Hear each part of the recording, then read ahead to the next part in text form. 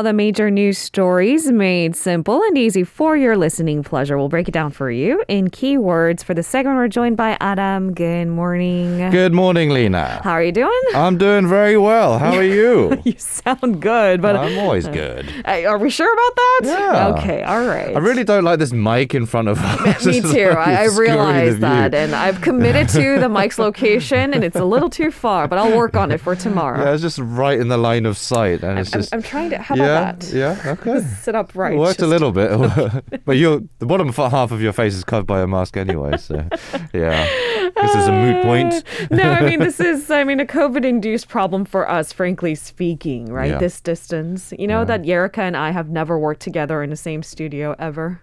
Really? Ever. Wow. It throws me off. Hopefully Anyways.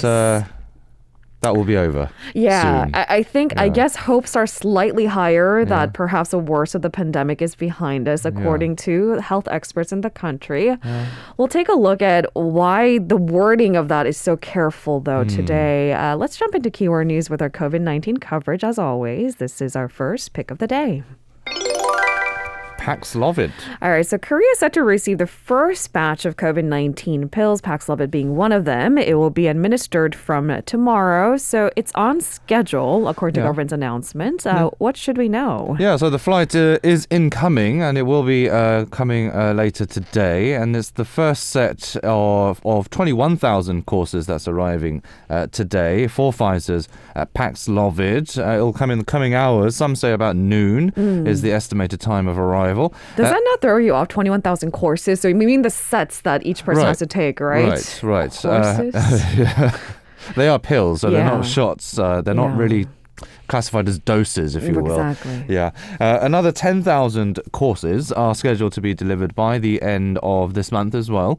Now, the oral treatment will be administered to mild to moderate COVID-19 cases at high risk of developing severe infections, not to asymptomatic patients, just to take note of that. Treatment, as you said, treatment will start within 5 days of symptoms, onset of symptoms. Right. Now, the first pills will go to people over 64 or with weak immune systems who are receiving treatment at home or at residential treatment centres. Patients receiving at-home care will consult with their doctors remotely and will get the pills either through their local government or through a pharmacy. Patients at residential treatment centres will be administered the pills by the medical staff, and they will also check for any abnormal symptoms every day and request in-person consultations if necessary. Now, the government stressed the need for caution, though, when administering Pfizer's oral treatment. There are a number of drugs, about a couple dozen, that Paxlovid cannot be combined with, and it's best to consult your doctor and see if you are able to take them, if you are on any other medication, that is. All right. There's also additional vaccines to be made available in the country. Korea has also authorized the use of Novavax's COVID-19 vaccine. So what's the latest? Yeah, so the Novavax's vaccine will become the fifth COVID-19 vaccine to get approval for use here in Korea, and SK Bioscience said it will produce the Novavax shot, so it'll be locally, domestically produced as well. Watchers say there are fewer concerns about side effects when it comes to Novavax's vaccine. Storage, for one, is relatively easy compared to these mRNA vaccines, such as Pfizer and AstraZeneca. Now, the vaccine has shown to be around 90% effective in clinical trials, and Korea has secured 40 million doses of the vaccine, and authorities are planning to offer them to those who are yet to be vaccinated, possibly starting next month. Although locally there are hopes of leaving the worst of the pandemic behind, it seems the global numbers are still alarming. Yes. Let's turn our attention to that. This is our second keyword of the day. Global surge continues. So COVID infections continue to spread worldwide at a fast pace with over 15 million cases in just a week. That's a record breaker. What's the latest? Yeah, so according to the WHO update, that is a weekly record. It's also a jump of 55% from the previous week.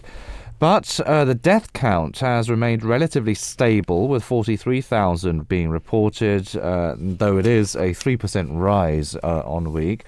Now, all regions showed increased tallies except for Africa, which actually saw an 11% drop.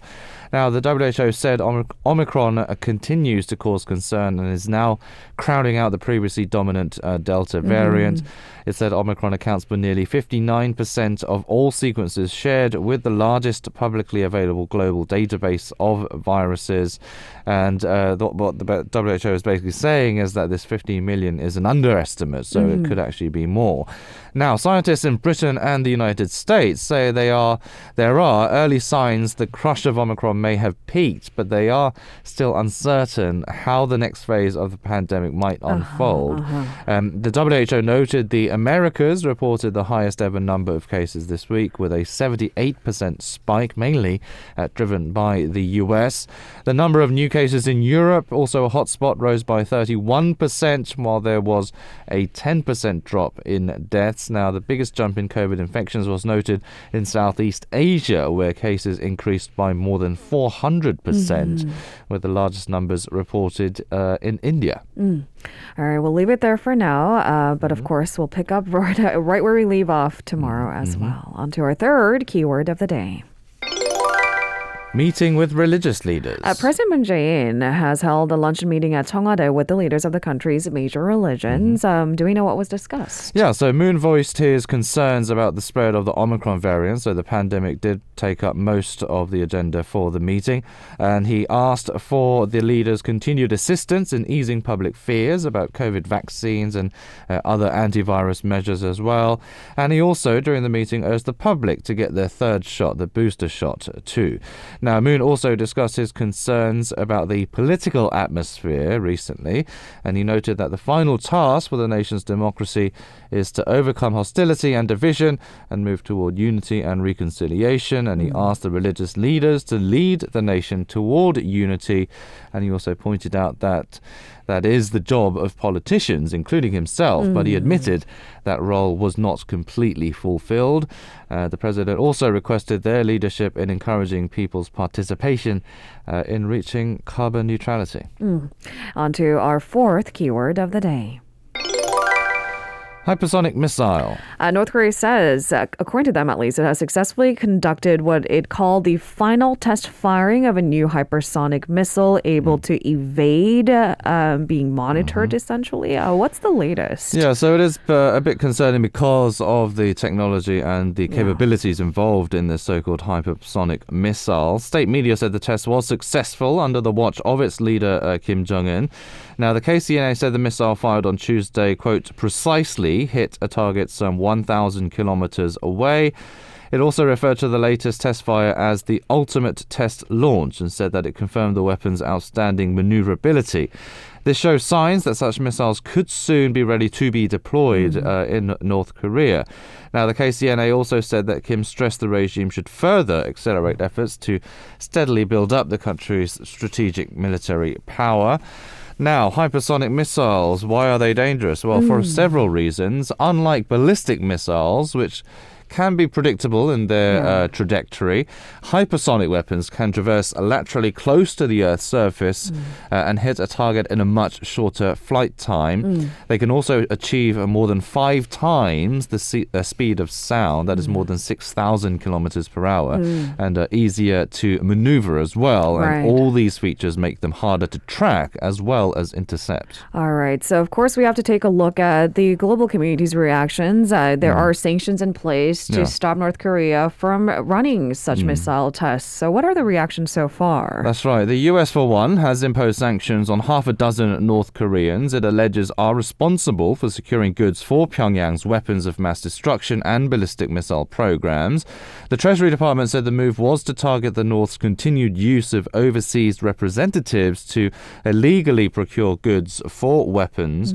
Now, the Treasury Department sanctioned 5 North Korean individuals, 1 based in Russia and 4 in China. The State Department was designating an additional North Korean individual who is also based in Russia. Now, the sanctions block the individuals from engaging in U.S. business transactions and impound any assets that they might have in the country. Anyone who engages in transactions with them, including foreign financial institutions, could also open themselves up to sanctions as well. Other reactions, the UN Secretary General Antonio Guterres said he was very concerned by the latest launch, and the EU also urged Pyongyang to, quote, respond constructively to US readiness for diplomacy. But of course, in light of all these weapons testings and the fact that North Korea wants to bolster its military capabilities, they're not really open to dialogue yet. And at the recent UNSC meeting, it seems that once again China and Russia was not on the same page, right? Right, yeah. It does echo a really similar pattern, but we'll have to wait and see if this prompts North Korea to come back to the dialogue somehow. Isn't that the final goal of this anyhow? It is the goal, but it looks unlikely for the time being anyway, but we hope it will happen soon. All right, on to our fifth keyword of the day. Record trading costs. So inflation has been a major global concern, and it is also affecting Korea's imports and exports, making them more expensive, for example. Run us through the latest figures. Yeah, so compared with the year earlier, the country's import prices jumped nearly 30% in December, the 10th consecutive increase. The prices also gained just over 17.5% on year in 2021. But import prices fell for the second straight month in December from a month earlier. So on month, it has actually fallen. That's due to falling prices of oil and other raw materials. The December export prices surged 23.5% compared with the year earlier. That's the 11th straight month of increase. For 2021 as a whole, the export prices also gained 14.3% on year. But on month, export prices also fell by 1%. That's again due to declines in prices of coal, oil, and chemical products. All right, and moving on to our final piece of headline today. This is our sixth keyword of the day. Money supply. The way you say that. Korea's money supply is said to have expanded as savings increase. So what's the latest? Yeah, central bank data shows the country's money supply kept a double-digit growth last November. The M2, or broad money as it's more commonly known, came to 3,589.1 trillion won for the month, up nearly 13% from a year earlier. It's also just over 1% more from a month before.